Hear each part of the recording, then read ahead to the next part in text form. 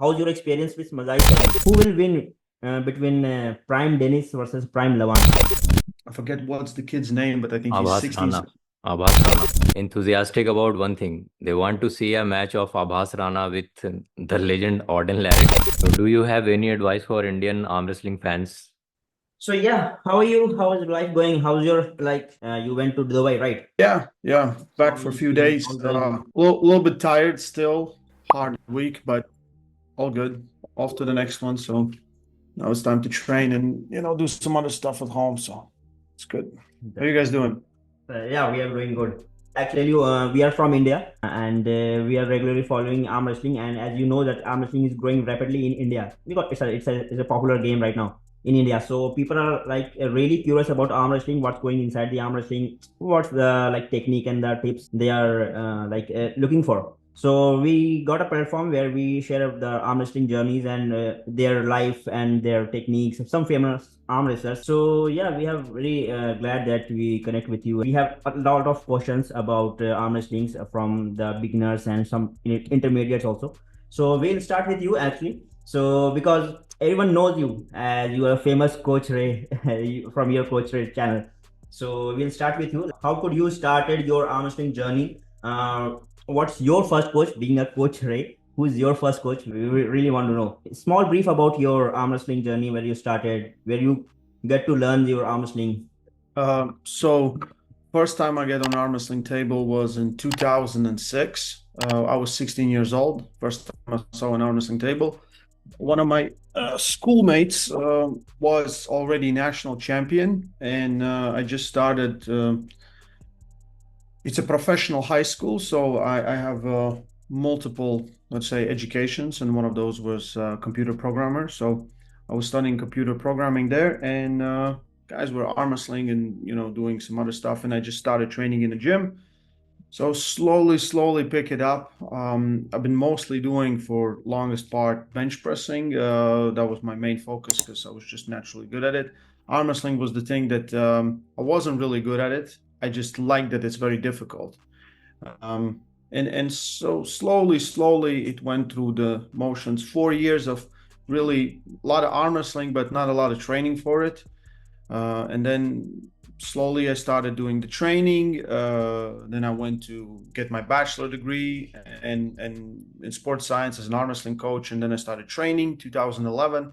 2013 became president of Latvian Arm Wrestling Federation. And slowly, I think 17 or 18, I created YouTube channel, and it's been like this all the time. My first coach, and I think where I grabbed most inspiration, is Jānis Liepiņš. So I walked into Jānis' gym when I was maybe 18 years old. I did a few training sessions there. I just couldn't go there and train. But then I finished the school 2010. And we had like a big tournament in the summer, and I think I got a second place and won one arm and got third or something with the other arm. And a few days later, Jānis called me just out of nowhere because I really didn't know him, and he invited me to go to competition in Sweden, my first international competition. So I went there, and from there, Jānis gave me my first opportunity to coach, and then some other things, and then slowly like this. And I think the number two is my biggest influence in my career is Jānis. It's the same. Jānis' education as a trainer, as physiotherapist, and multiple-time world champion, probably one of the best lightweights of all time. How he arm wrestles, in my opinion, it's an art. Now he's, 42, something like this. How he choose to stay drug-free all his career, even now, how he gained all his goals by doing those things. Well, you don't choose the easiest way, he chose the hardest way, and how methodical is everything he does in his training. So it wasn't like Jānis was teaching me things. I just pick up some things from him, and then I added some of my things, and then we talked through some things, and that's pretty much how our training goes right now. So we don't train together. We haven't trained together for years, but it's very similar, the things that we do in our training. Yeah. That's great. Very great. So apart from Jānis Liepiņš, who is your other favorite arm wrestler of all time? Oh, it's John Brzenk. It's hard to not to be a fan. For newer generations, I was lucky to I think one of my biggest introductions was Pulling John movie. And I remember watching it and thinking like, this is insane. Like, because at that time, John was retired when I watched the movie. He wasn't arm wrestling. And then he slowly came back. And more I did my research, more I look at the things. And if you talk with any arm wrestlers that's been around for 20, 30 years, they're going to tell you like it's the fairy tale of John coming to tournaments. It's like was absolutely insane. Had an opportunity to pull with him a few times, stayed at his house and call him a friend now. John is just absolutely something else. Like like how he like sometimes when you ask him, he can't explain it to you, but he can do it. And it's the most insane thing. And in the same boat, like there's a lot of arm wrestlers I really enjoy. Like Alejan Murata is one of my favorites, and Hermes Gasparini is one of my favorites. But there's like people that like they maybe didn't influence me, but I think they're so special in a sport that is crazy. And I think Devin Larratt is the second on that list, in my opinion, and I think on everyone's list, just because of what he does, what he is, and how he shows arm wrestling to the world. His ability to arm wrestle versus everyone is craziness. And yeah, with John is a lot. There's a lot of different things, right? With John has been at the top for so long that it's not interesting for him anymore. And it's very hard to find him a good challenge. Like the last time, like when he just pulled Leonidas, that's when I saw a very motivated John. But it wasn't even near as motivated or like showing up in a great shape when he pulled Voyevoda. Like when he pulled Voyevoda, which again, no one gave him a chance. Everyone's like, John's gonna just getting eaten up. And John dominated that match, in my opinion. He was playing, right? So with John, it's always how much, because he has done it all, right? How many times can you be world champion, be the best, and keep it interesting, right? What's the challenge? So I think at this time, and he's 60, there's no challenge. But if you would meet John at 20, 30, 40, when he was hungry, it's a bad day. Any tournament he went to, he was favorite to win for like 20 years or even more. That's craziness, right? That's an absolute crazy. And he wasn't super heavyweight. So I think that's where the magic is. And now we see a lot of guys that are really, really talented, but they come down to, they all want to go to super heavyweights. They all want to just gain 20, 30 kilos and go to different weight classes and try to pull there with the best. John wasn't trying that. He was still beating them by being like 100-kilo guy. So I think that's where, and so much more. I could talk like, I could do a lecture on this. But yeah, that's problem. As we can see, you have a match with Mazahir Sadhu as well. So do you have any suggestion from Mazahir Sadhu, and how's your experience with Mazahir Sadhu? So King of Table 1, me and Mazahir, we pulled a match. Yeah, actually we made a video about you and Mazahir on the complete match. Yeah, so, and I know Mazahir way before. While I was there helping Larry, we trained a lot of times together. Mazahir he's the strongest Indian arm wrestler. He's very, very impressive. He's so hard to deal with because of his top roll, his things. And he's the nicest guy ever. Like that's how I see it. Like he's a good friend of mine. He's an awesome arm wrestler. I have nothing but huge respect to him. I just wait for him to really get out of UAE, get out of India, and show himself to the world. So if he does that, I think he's a threat to everyone. Like all he needs is motivation.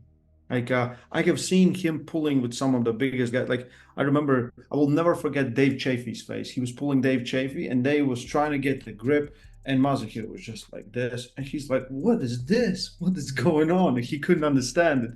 And yeah, Mazahir is awesome. And there's a lot of great talent coming off India. I forget what's the kid's name, but I think he's 60. Abhas Rana. Yeah, very impressive. Saw him in Buff Worlds, dominated there. That's probably the next big star because of like how young he is, doesn't get injured, keeps on going.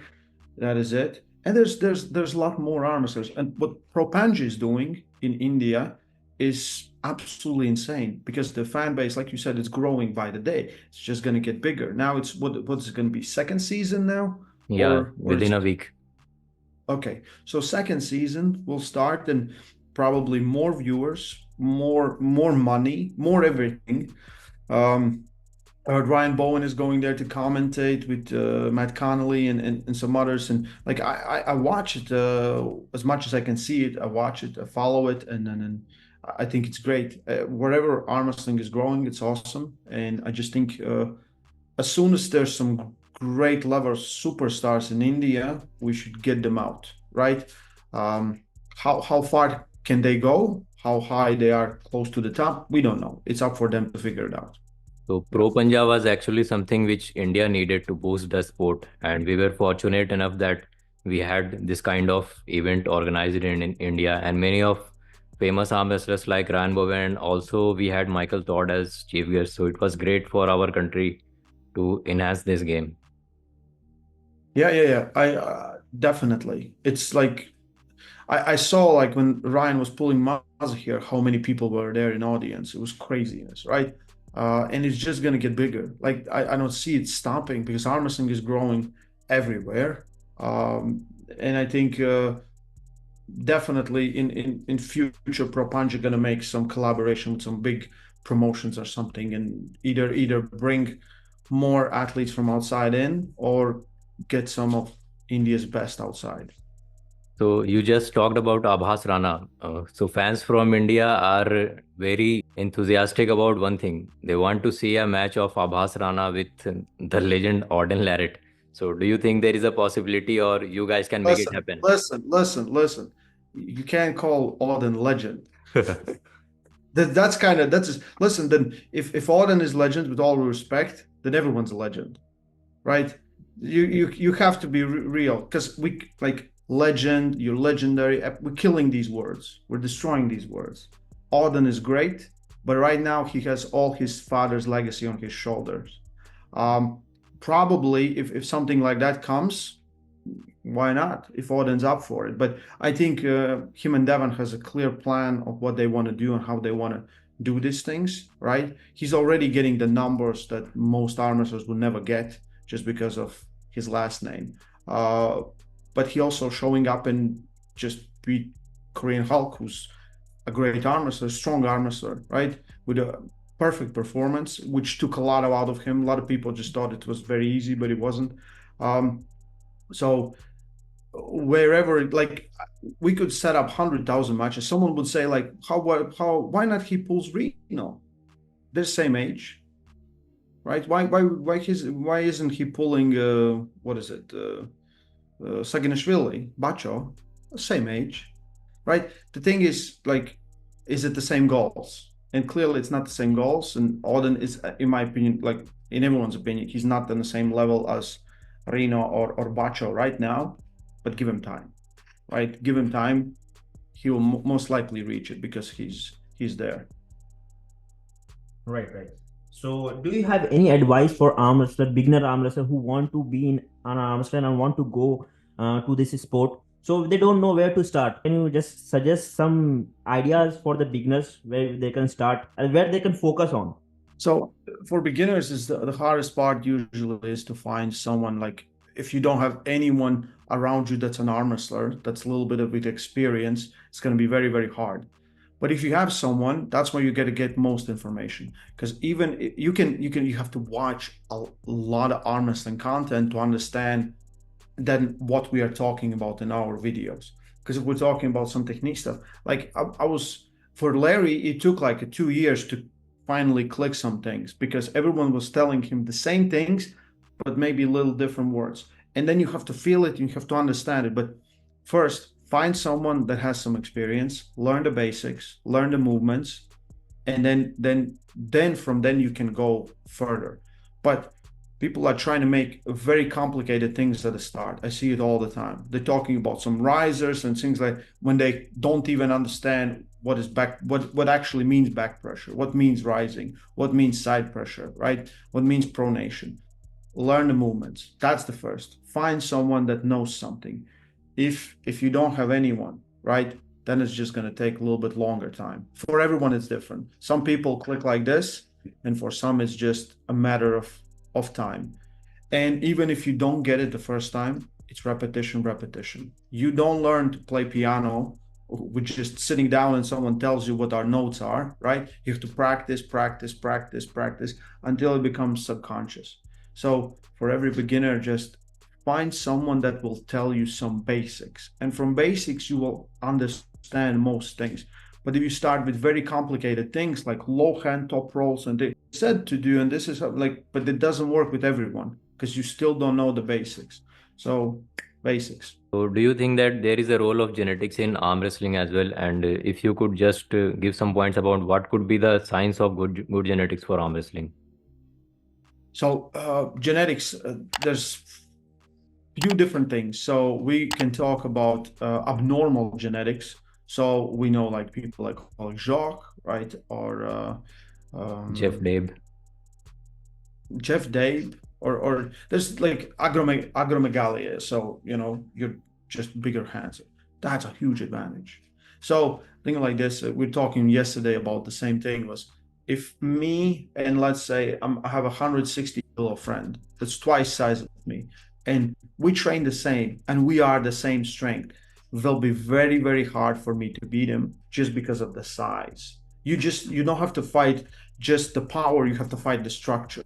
So structure helps. If you have big hands, so like everyone can work with everything, but there's some things that help in arm wrestling, right? Bigger hands will definitely help you. Maybe shorter here, how to say, upper arm, like things like that definitely help.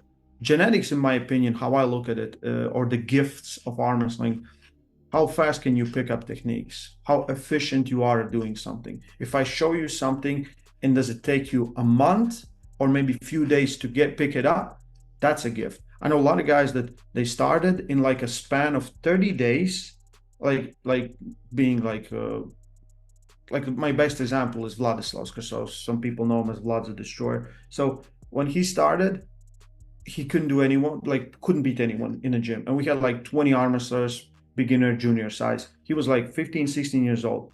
And then in a month, because he picked up like this, he was beating everyone except like me and one other guy, like in a month. Like, and he went from clunky movements to understanding and pulling and things. And you don't have to explain to him, he just feels it. And you will see this a lot of times. A lot of people come into sport, especially juniors, you just give them a little bit and looks like their technique is perfect because their body is working really well together.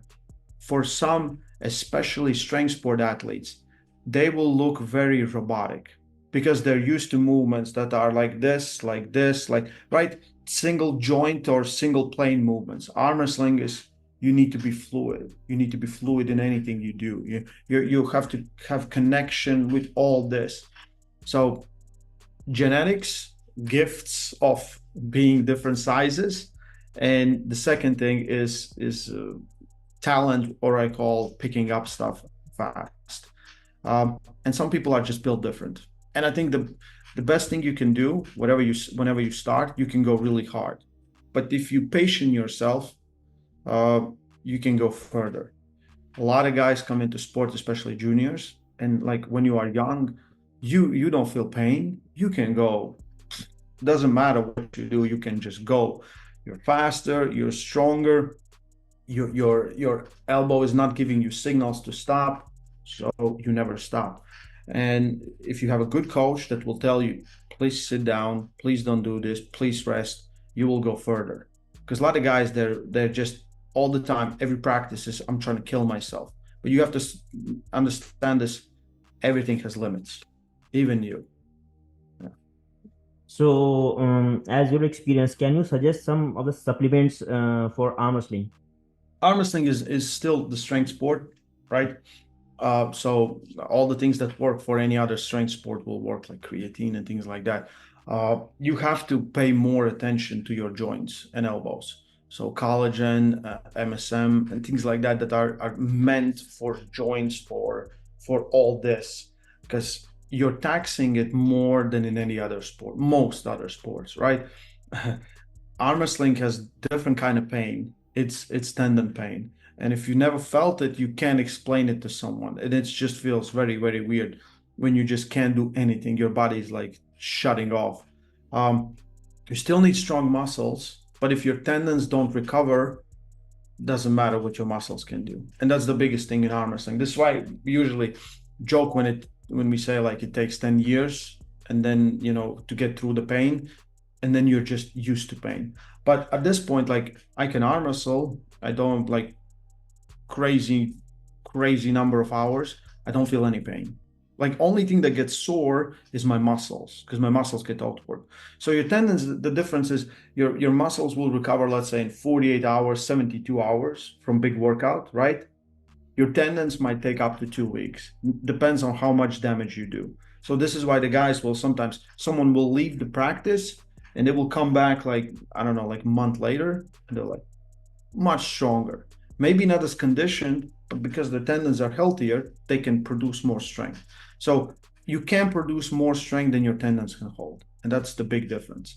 So everything that helps your joints, your things like that, like flex powders and things like that, is definitely needed for arm wrestling. Everything else is just, do you need it or you don't need it? You need to like creating how much power or increase in power will it give to you? Depends on you. Multivitamins, things like that. I saw there was like a question about steroids in arm wrestling. So that's a choice everyone can make for themselves. I do believe you can achieve everything up until super heavyweight status in arm wrestling without doing anything. But that's like, but if you're competing in a league when there's no testing, you kind of push there to do whatever you have to do to win. But again, that's your choice, and everyone can make their choices for themselves. But there's a lot of athletes that are competing in WAF, World Arm Wrestling Federation competitions or tested events, right? Like here in Latvia, we have every competition we do is tested event. So if you come to Latvia, you will get tested most of the times. So same as in Norway, same as other places. So it's like, what's the point if there's no big money involved in the sport? And if you get caught, you lose 4 years of arm wrestling. Like you're losing 4 years of arm wrestling. So it's a choice for everyone to make for themselves. Do they work? Hell yeah, they work. We have seen the monsters. It's crazy. Does it work? Like I have seen, especially in the past, I think like 4 or 5 years, the guys kind of changing what they do, especially with PEDs. Because at one point they thought they're bodybuilders and they started looking like bodybuilders. Arm wrestling isn't bodybuilding contest. You don't need those things to be good arm wrestler, right? You need to be strong and you need to recover. That's the most important. But that's like my take on it. For everyone, it's a different journey. I don't care. All I care is that people that use doping and things that are banned don't compete in events that are tested with people that are tested, because that's the ultimate cheating. If you compete and everyone knows like this is not tested event and no one cares, just do it. It's fine, cool. But if you go there, that's cheating as much as it can be. My next question is like there is one universal question in the world is who is best, Cristiano versus Ronaldo. In arm wrestling, there is one universal question: who will win between prime Denis versus prime Levan? As much as I have looked at it all, I do believe prime Levan wins. Because even when Denis was at his peak, wherever we kind of put it there, there was always someone he was fighting. Like there was tournaments where he kind of beat everyone, but there was almost always he was fighting with Andrei Pushkar, almost always he was fighting with Dave Chafee and things like that. And Levan, as the form we're seeing right now, is just cleaning up the house. So I would have to put my money on Levan in that situation. But it's sad that we will never find out, because I don't think Denis can come back to the form he was, or even close to that. So one more thing I wanted to ask, that what do you think is better? Most of the people want to know when they are starting, hook or top roll? Whatever wins, whatever allows you to win more matches. So hook hook will be way more painful because hook is almost all the time all joint. So all the side pressure movements is joint, all tendon, all back pressure movement. You will feel it maybe here in your upper arm a little bit more, but it's more muscle based.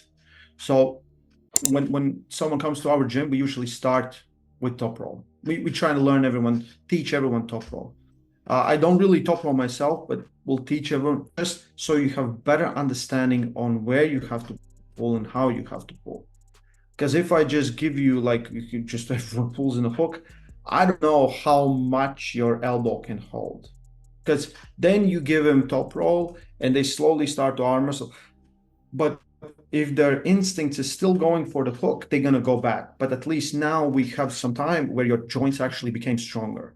Because a lot of times, if you look at any beginner, all they do is press inside, they just go sideways. So they're putting a lot on this. And it's very easily to lose it all. So this is why, in my opinion, you start with a top roll, but if your instinct is to go inside, go inside. Whatever your instinct tells you to do, that's where you should be going, because our body is very hard to retrain ourselves for a different technique.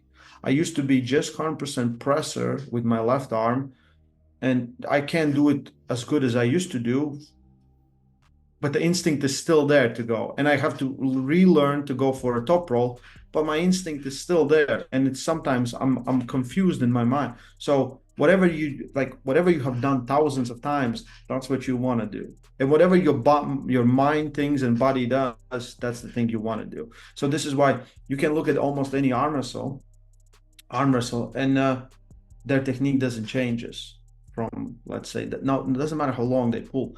If they get injured, then you will see some changes, but you will still notice very much similarities. It's very rare occasion when someone goes from being inside puller to outside puller. I think Svetan is one of those rare occasions because he just can't go inside at all. So no one really changes that much. Just put all your chips, put all your money on what you do and improve on that. So do you think that most of arm wrestling actually comes naturally to you and a little bit depends on training? Training will put on what you can do better. Like if your body doesn't, if you don't want to go, if your body doesn't want you to top roll, you were never going to be a good top roller, as good as you, because your body knows where you are strong. It just knows where you are strong. As soon as you kind of get a feel, it knows, we should go here, because that's how we protect ourselves. We can't protect ourselves where we are weak. So you can improve on everything. You can go a little bit more on something. And there's a lot of people that actually can do a lot of techniques pretty good. Like Sandis Shed is one of our Latvians. Sandis can pull top roll hook. But again, as soon as his inside and side pressure got stronger, his top roll went like this, because the body automatically just goes where it's strong. So this is where we're seeing there's no real middle ground. Like Devon Larratt used to hook, right? But now he top rolls and he can only hook you when you're tired. That's exactly what happens. More because he knows this is his strongest position. The open top roll is his strongest position. Your body knows, and you just have to follow it. And if you don't follow it, you fight it, then you just have to get stronger where you want to go. And that is very long and complicated process. So when you're starting, focus on your strengths. Don't focus on your weaknesses. Increase your strengths, and your weaknesses will slowly go up too.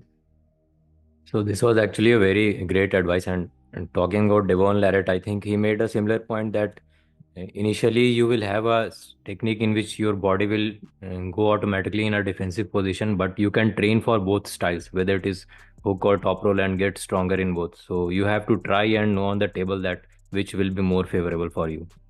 Yes, I agree.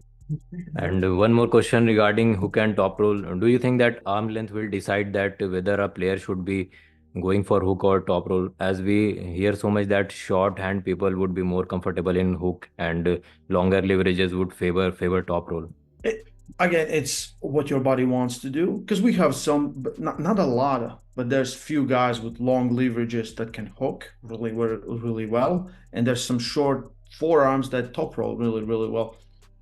You don't see it a lot of times, so I very much think these people are very they are very, how to say, genetically gifted just for that style. But most of the time, yeah, the shorter arm, you will hook because you will be at disadvantage versus someone with a longer forearm. So you again, playing in your strengths, not playing in your weaknesses.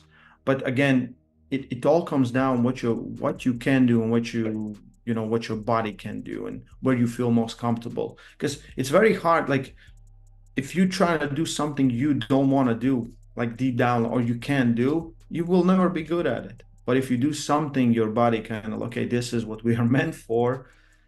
That's what's happening. So sometimes it's kind of hard to figure out where you go with each style or something, but just give it time and you will see. And I think the best everyone films now their matches. Look at your match, let's say a year ago and now 3 years ago, and you will see similarities and you will figure out where you have to go.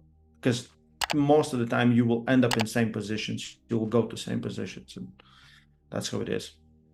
So there is one more question. There is a match coming soon between Jerry versus Levan. So in King of the Table, right? So what is Yes. your prediction? Like who will win and why?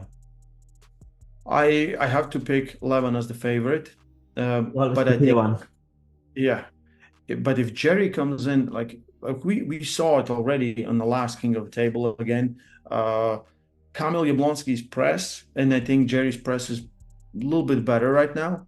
It's so difficult to deal with. It's such a difficult thing to deal with.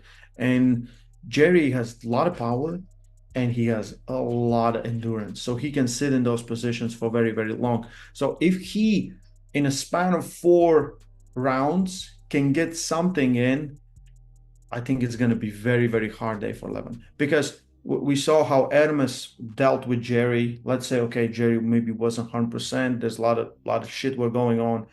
But he had shorter forearm and he could just go on a side, attack his arm. We saw Alex Cordecha try to do the same thing and just getting buried. So I don't know. I really don't know. I think it's yeah, my cats saw some birds outside. But I think it's a good match just because of it factor. We really don't know. I think if anyone has a good chance of doing something interesting versus Levan, I think Jerry is that guy. Because if it's at his home backyard, right, in USA, and Lada is on the line, and you can have the biggest win of your career by a mile, why not? Why not just go all in?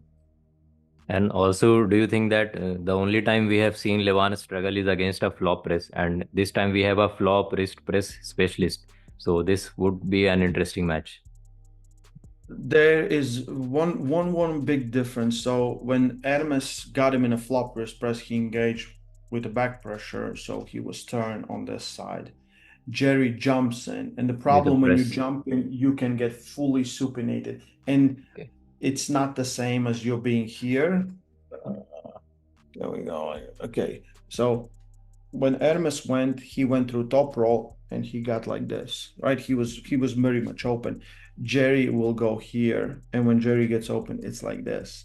So it's very different engagements, and I think still we saw a weakness that definitely Jerry will try to expose. So we would like to wrap up. Do you have any advice for Indian arm wrestling fans?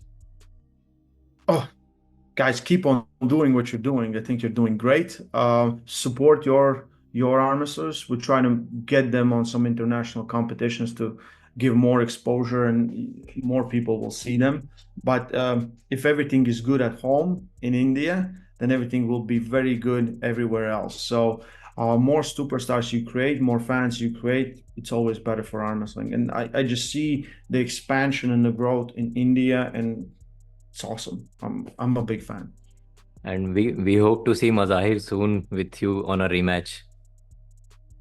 Oh, he's too big for me now. Come on, he's too big. He's eating too much. So we can find some new opponents for him. Oh, he needs to face big boys. I told him many times he needs to face big boys. Yeah. So do you have any plan to come to India? We're trying to set something up, but not now, right now. No. it's my schedule pretty big, but eventually I would really love to come and see one of those Propanja or any big competition in person, just to see how many people come there. So would be cool. So yeah, these are the questions that we got from our audience, and so it was really nice talking to you. And we hope see you soon. Thank you, guys. Again, guys, if you haven't subscribed to this is you're missing out. You better subscribe. If you subscribe, your pronator gets 10% stronger. Okay, stay strong, love arm wrestling, guys. Thank you. Have a nice day.